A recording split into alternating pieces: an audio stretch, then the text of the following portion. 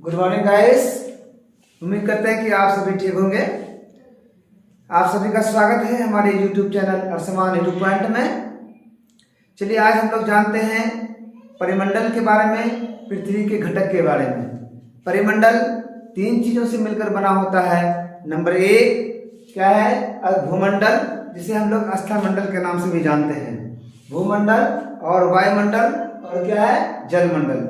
भूमंडल को हम भूमंडल के अंतर्गत में क्या है दोस्तों? भूमंडल हम कहते हैं स्थल मंडल को, है ना, जिस पर हम लोग घर मकान बना के रहते हैं। वो क्या है? पर्वतीय का चट्टानों तथा मिट्टी की पतली परत का बना होता है। क्या? मिट्टी की पतली परत का बना होता है। क्या? भूमंडल जो है किसका? भूपर्वतीय के चट्टानों तथा मिट्टी की पतली परत का बना होता है, जिसमें जीवों के लिए पोषक तत्व पाए जाते हैं। कौन सा? क्या क्या? भूपर्वतीय के पतली परत। भूपर्वतीय का सबसे ऊपरी परत जो होता है वो काफी पतली होता है, जिसमें मिट्टी के पतली परत का बना होता है और जिसमें क्या होता है? जीवों के लिए पोषक तत्व पाया जाता है। अब देखिएगा पृथ्वी के सतह। पृथ्वी की सतह को दो भागों में बांट देते हैं। एक है महाद्वीप और दूसरा है महासागर। महाद्वीप और महासागर।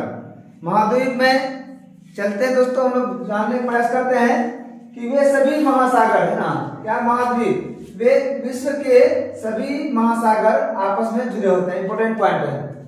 विश्व के जितने भी महासागर है सभी आपस में क्या होते हैं?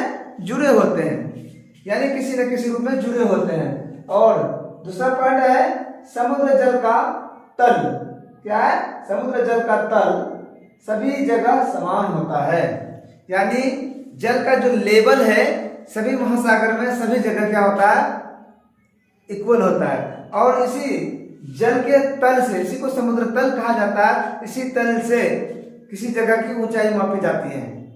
वो समुद्र का तल जो होता है उसको 0 माना जाता है और वहां से सभी जगह की ऊंचाई मापा जाता है। याद रखिएगा, वेरी वेरी इंपॉर्टेंट पॉइंट है। विश्व के सभी महासागर आपस में जुड़े होते हैं और उन महासागरों के जल का जो तल है, जो लेवल है, सभी जगह समान होते हैं। चाहे इंडिया में हो चाहे अमेरिका में, लेवल क्या होगा? जल का इक्वल होगा, समान होगा। और उसी जल के तल से, तल को ही हम समुद्र तल कहते हैं, उसी तल से क्या होता है? किसी जगह की ऊंचाई मापा जाता है और तल पर 0 माना गया है। विश्व का सबसे ऊंचा शिखर माउंट एवरेस्ट, जो नेपाल में स्थित है, हिमालय पहाड़ की सबसे ऊंची चोटी कहलाती है। जो क्या है दोस्तों? उसकी ऊंचाई 8,848 मीटर है। जस्ट उसका उल्टा चले, प्रशांत महासागर में एक जगह है मेरियाना गर्त, जिसकी गहराई विश्व में सबसे अधिक गहरी है। प्रशांत महासागर में मेरियाना गर्त, जिसका गहराई कितना है? 11,022 मीटर गहरा है। अगर सबसे ऊंचा, है ना, विश्व की सबसे ऊंचे जगह से और सबसे नीचे जगह की तुलना किया जाए तो लगभग ये 20 किलोमीटर की दूरी होती है। 20 किलोमीटर की दूरी होती है। याद रखिए दोस्तों, पृथ्वी का प्रमुख महाद्वीप कौन कौन है? पृथ्वी का 7 प्रमुख महाद्वीप। कितना? 7 प्रमुख महाद्वीप है। पृथ्वी के 7 प्रमुख महाद्वीप में कौन कौन सा है? एशिया, यूरोप, अफ्रीका, उत्तरी अमेरिका, दक्षिणी अमेरिका, ऑस्ट्रेलिया तथा अंटार्कटिका। जिस महादेश में जिस हम लोग रहते हैं वो उसका नाम है एशिया, है ना, एशिया, जो सभी महाद्वीपों में से सबसे बड़ा महाद्वीप है। महाद्वीप या महादेश कहलाता है। देखिए कुछ ग्रीक शब्द है जिसको जानना बहुत जरूरी है। चलिए जानते हैं कुछ ग्रीक शब्द को हम लोग। ग्रीक शब्द में लिथामस का अर्थ होता है, किसका? लिथामस का अर्थ होता है, लिथामस का अर्थ होता है पत्थर का। लिथामस पत्थर। और एटमस वाष्प, ह्यूडर जल, बायोस जीवन। दोस्तों इसको ये वेरी वेरी इंपॉर्टेंट है, VVI, इसको याद कर लीजिएगा। लिथामस कहते हैं पत्थर को और एटमस कहते हैं वाष्प को और ह्यूडर कहते हैं जल को, बायोस का मतलब होता है जीवन। ये कुछ ग्रीक शब्द हैं जिन्हें आप याद रखेंगे, जिसे याद रखना आवश्यक है। चलिए और कुछ ग्रीक शब्द आप लोग अगर जानते हैं तो दोस्तों बताइए कमेंट में, फिर हम अगले वीडियो में और अच्छा से बना के लाएंगे। चलिए, क्या है इस महाद्वीप में सबसे बड़ा महाद्वीप हमारा क्या है? एशिया है। एशिया महाद्वीप के बारे में जानते हैं कि एशिया महाद्वीप विश्व के सभी महाद्वीपों में सबसे बड़ा है, जो विश्व के कुल क्षेत्रफल का 1/3 क्षेत्रफल, कितना? 1/3 अकेला एशिया है और 2/3 में पूरा दुनिया। चलिए, 1/3 में एशिया है और एशिया क्या है? ये पूर्वी गोलार्ध में है। अब गोलार्ध को समझने के लिए हम लोग पहले बना लेते हैं एक गोला। गोलार्ध को समझने के लिए ये विश्व का ग्लोब है, ये पूर्वी गोलार्ध है। ये जो गोलार्ध है देखिए पूर्वी गोलार्ध है, ये ऊपर जो होता है, ऊपर जो होता है क्या होता है? उत्तर होता है, और इधर होता है पूर्व होता है।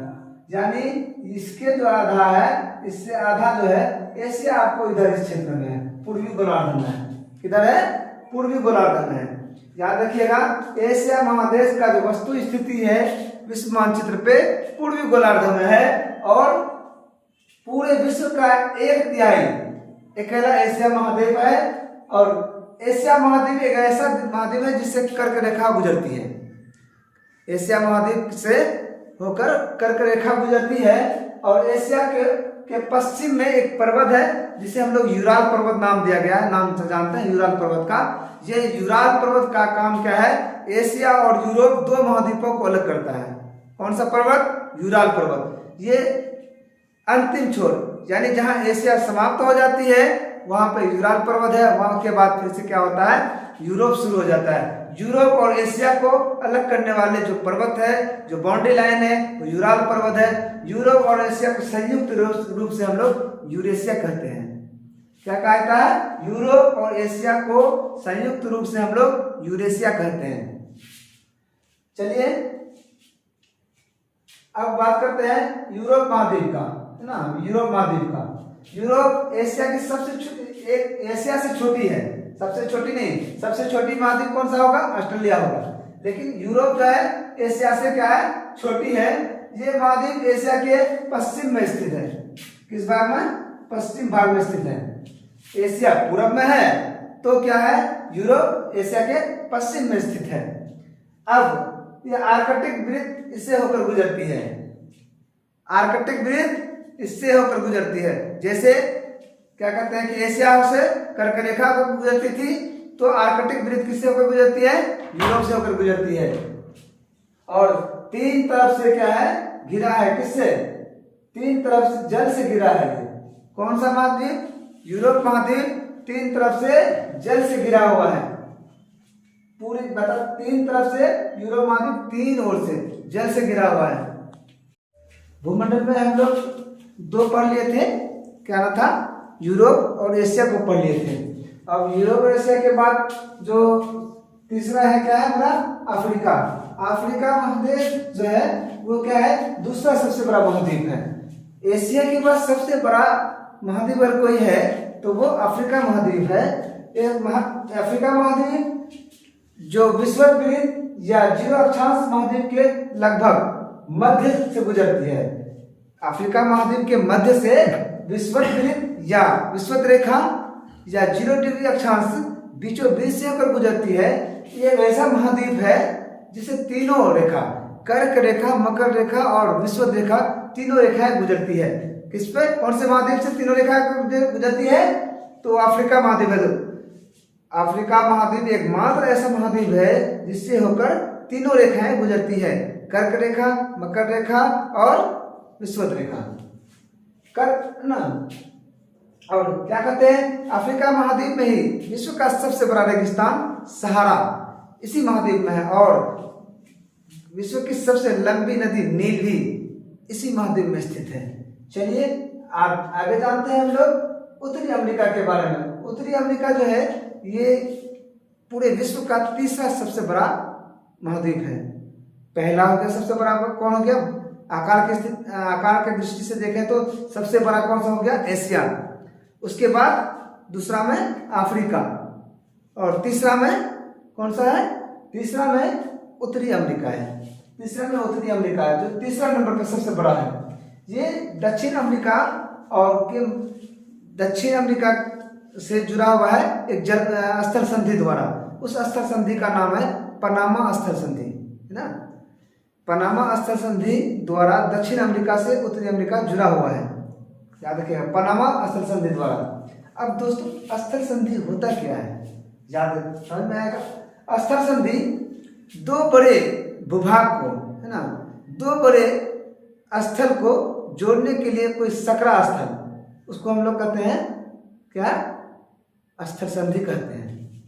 अभी बताते हैं। उत्तरी और पश्चिमी गोलार्ध में है ये, कौन सा, उत्तरी अमेरिका जो है उत्तरी और पश्चिमी गोलार्ध में स्थित है।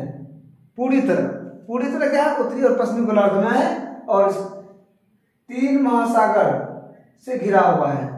उत्तरी अमेरिका 3 महासागरों से घिरा हुआ है। आप लोगों को तीनों महासागर का नाम लिखना है, खोज के निकालना है, आप लोग निकालिएगा। तीनों महासागर कौन कौन महासागर से घिरा हुआ है उत्तरी अमेरिका, आप लोग खोज के लाइएगा, कमेंट कीजिएगा मुझे। चलिए अब क्या है, दक्षिणी अमेरिका। दक्षिण अमेरिका अधिकांश भाग दक्षिणी गोलार्ध में है। दक्षिणी अमेरिका का अधिकांश भाग दक्षिणी गोलार्ध में। उत्तरी अमेरिका क्या है, उत्तरी पश्चिमी गोलार्ध में। उत्तरी अमेरिका उत्तरी पश्चिमी गोलार्ध में है। दक्षिणी अमेरिका पूरी तरह दक्षिणी गोलार्ध में है, ज्यादातर दक्षिणी गोलार्ध में, थोड़ा सा उत्तर पश्चिम में भी है, उत्तरी गोलार्ध में भी है। अब उत्तरी अमेरिका में सबसे जो इम्पोर्टेंट चीज है, यहाँ एंडीज पर्वत है। एंडीज पर्वत जो विश्व की सबसे लंबी पर्वत या सबसे बड़ी पर्वत के नाम से भी जाना जाता है। ऊंची की बात नहीं कर रहा हूँ, ऊंची अगर आ जाएगा तो हिमालय के माउंट एवरेस्ट ही आएगा। यह एंडीज पर्वत जो है क्या है, सबसे लंबी है या सबसे बड़ी पर्वत में आता है। और उसी में सबसे बड़ी नदी भी वहीं पे है, अमेजन नदी। अमेजन रिवर जो है वे दक्षिणी अमेरिका में सबसे लंबी नदी है। दो चीजें याद है, उत्तरी अमेरिका और दक्षिणी अमेरिका में कंफ्यूजन बहुत होता है। उत्तरी अमेरिका और दक्षिणी अमेरिका पनामा स्थल संधि द्वारा जुड़ा हुआ है। उत्तरी अमेरिका में आपको सबसे ज्यादा इंपॉर्टेंट चीज क्या आ गया, पनामा स्थल संधि। ये 3 महासागरों से जुड़ा हुआ है, घिरा हुआ है। और क्या है, ये उत्तरी पश्चिमी गोलार्ध में है। अब दक्षिणी गोलार्ध में अधिकांश भाग इसका, दक्षिण अमेरिका का सबसे अधिकांश भाग दक्षिणी गोलार्ध में है। लेकिन इसमें एक चीज है कि एंडीज पर्वत और अमेजन नदी जो वहाँ फेमस है, ये कहाँ पाया जाता है, वो दक्षिणी अमेरिका में स्थित है। अब हम ऑस्ट्रेलिया की बात करें। ऑस्ट्रेलिया सबसे छोटा महाद्वीप है, सबसे छोटा है। ये चारों ओर से महासागरों से, समुद्रों से घिरा हुआ है और पूरी तरह क्या है, दक्षिणी गोलार्ध में है। चारों ओर से महासागरों से घिरा है और इसको क्या कहते हैं, चारों ओर से घिरा होने के कारण एक द्वीप की तरह है। कैसा है, एक द्वीप की तरह, इसलिए द्वीपीय महाद्वीप कहा जाता है इसको। द्वीपीय महाद्वीप किसको कहा जाता है, ऑस्ट्रेलिया। अब ऑस्ट्रेलिया को प्यासी भूमि के नाम से भी जानते हैं, याद रखिएगा। अब अंटार्कटिका एक ऐसा महाद्वीप है ना, जो दक्षिणी गोलार्ध में, कहाँ पे है, दक्षिणी गोलार्ध में है। दक्षिणी ध्रुव इस महाद्वीप के मध्य से होकर गुजरता है। अब ध्रुव क्या कहते हैं, देखिए ये ग्लोब है, ग्लोब में ये जो पॉइंट होता है नीचे ऊपर, ये क्या है, इसको ध्रुव कहलाता है। निचला वाला जो ध्रुव है, ये ध्रुव, ये कहाँ है, अंटार्कटिका महाद्वीप के बीचों बीच से होकर गुजरती है ना। बर्फ, ये महाद्वीप क्या है, पूरी तरह से बर्फ से ढकी रहती है। यहाँ पे वैज्ञानिक केंद्र खोज होते रहते हैं, अलग अलग देशों के वैज्ञानिक केंद्र है वहाँ पे। तो इसमें भारत का भी वैज्ञानिक केंद्र है, उसका नाम है मैत्री, या उसे गंगोत्री भी कहते हैं। क्या कहते हैं, मैत्री या दक्षिण गंगोत्री के नाम से भी जाना जाता है। ऐसा भूल से मत कहिएगा कि गंगोत्री, दक्षिण गंगोत्री कहाँ है, तो अंटार्कटिका महादेश में, क्योंकि लोग अक्सर ये कह देते हैं गंगा नदी गंगोत्री से निकलती है तो भारत में ही होगा। ऐसा भूल से नहीं कहिएगा। दक्षिण गंगोत्री कहाँ है दोस्तों, वो अंटार्कटिका में है, अंटार्कटिका महाद्वीप में, याद रखिएगा। चलिए फिर मिलते हैं आपको हम जलमंडल लेके नेक्स्ट एपिसोड में। तब तक के लिए धन्यवाद। कल फिर जुड़े रहिएगा हमसे। Thank you.